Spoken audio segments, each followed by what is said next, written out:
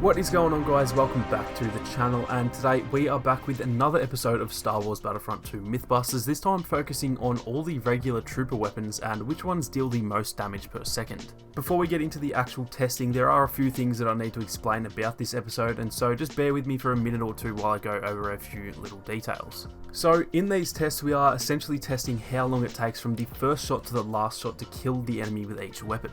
The thing you need to keep in mind is that the actual number we get from the results doesn't mean a thing at all. It's not about the specific time that it takes to kill, rather the difference between all the times of each different weapon. In these tests, every single shot hits the enemy, all from the same distance, all to the body, and most of them without cooling down the blaster. In a real game though, that's obviously not going to happen. You'll miss a few shots, the range changes for each gunfight, the enemy might already be damaged or might even have a health buff or stuff like that, and so there's way too many variables in a real game to make these numbers matter at all.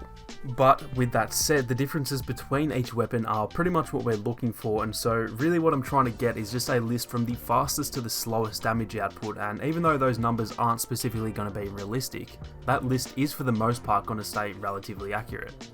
Even with that, this list isn't some, 100% correct list of the best weapon in the game to the worst, so take all of this with a grain of salt because it's more of a rough outline of what can deal damage the fastest in the best situation, rather than 100% correct information or anything like that.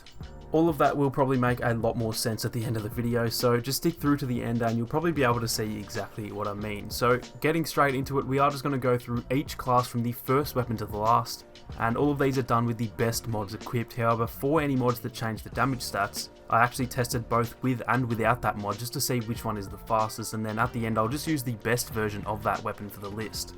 So starting off with the base weapon for the assault class, and this one took out that heavy with the double health in a time of 2.20. Next up we have the A280 with no damage mods equipped, and this one came in with a slightly quicker time of 2.16. Next up was the CR2 without the ion attachment because that does change the damage stats, and this one was super fast, coming in at 1.43. I then tested it again but with that ion attachment just to show the difference, and as you can see the damage drop off is actually barely anything at all, coming in at 1.55 this time. Next up was the trusty EL16 HFE, and this surprisingly had the worst time for the assault class, coming in at 2.33, but the thing is that obviously it has a bit more range, and so it's not super fast at dealing damage, but it is just a little bit more reliable at long range. Lastly, for the assault class was of course the brand new E11D, and funnily enough this has the exact same time as the base weapon at 2.20, which just proves even further that the E11D and the base weapon are essentially the exact same thing. Moving on now to the heavy class, starting off with the base weapon, and this one was just a tiny bit slower than the average so far at 2.30. Next up was the DC-15LE without the explosive shot, and this came in with a time of 2.10. I then of course tested it with the explosive shot, and surprisingly it actually took longer at 2.20, which I really was not expecting. Next we had the FWMB-10K without the ion mod equipped, and this one came in with a time of 2.13.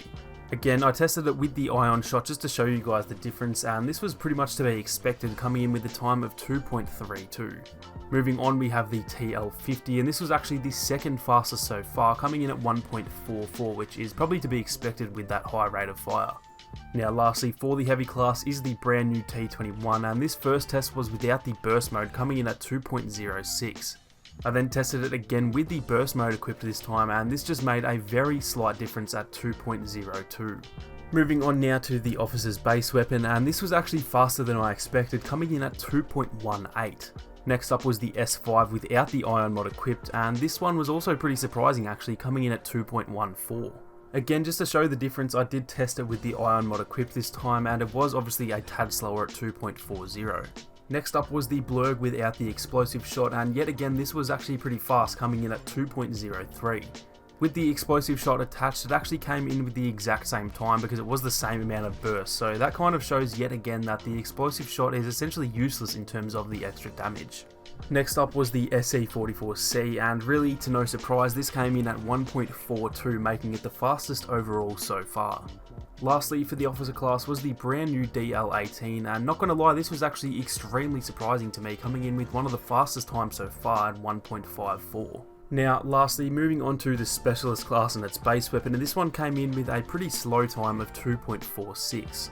Next was the IQA11, and this one was about the average so far with a time of 2.28. Next we have one of my favourites, which is the A280 CFE, and to no surprise this was really quick, coming in at 1.53. I then tested it again with the Ion mod this time, and it barely changed at all honestly, this time coming in at 1.59. Next up was the NT242, and despite the high damage, it does obviously have a slow rate of fire, so it came in about the average at 2.20. I then tested with the disruption, and it came in drastically slower with a time of 4.44. Largely due to the fact that it not only deals less damage, but it also causes a reload in the middle as well, so it is a tiny bit unfair because of the reload, but that is just how the result came up. Now, last and definitely least, we have the Cycler Rifle, and this came in so much slower than the rest with a time of 5.16, which is literally more than 3 times slower than some of the faster ones in the game.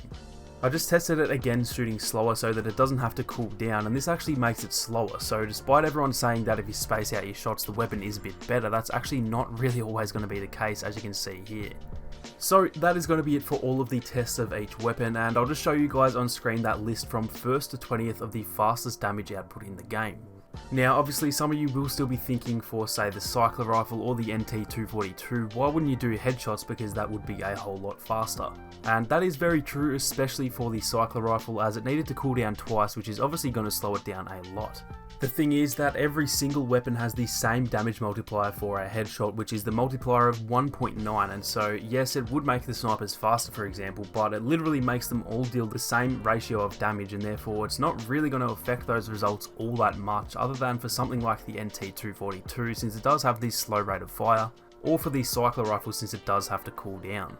For the Cycler Rifle for example, it definitely would wipe off a bit of time, but it would still be the last one on the list regardless, and so it wasn't really worth changing the way the test went just for the sake of one weapon, which still would have held the same place on the list, as like I mentioned, it's not the time that matters here, it is the list from 1st to 20th that we are looking for, as those numbers are always going to change, but they will always change at relatively the same rate for each blaster. So hopefully that is easy enough for you guys to understand. I probably haven't explained it all that well, and so if you do have any questions about the test, then definitely let us know down in the comments, and I will do my best to try and help you guys understand if you're not too sure what I mean. But that is going to do it for this one guys. Hopefully this gives you a good idea of roughly what weapons can deal damage the fastest in the ideal situation, and if you did enjoy this one then be sure to drop a like on the video and subscribe with those notifications on so you don't miss out on any more Battlefront 2 videos or live streams. Thank you all so much for watching, you guys have a great day and I'll catch you all in the next one.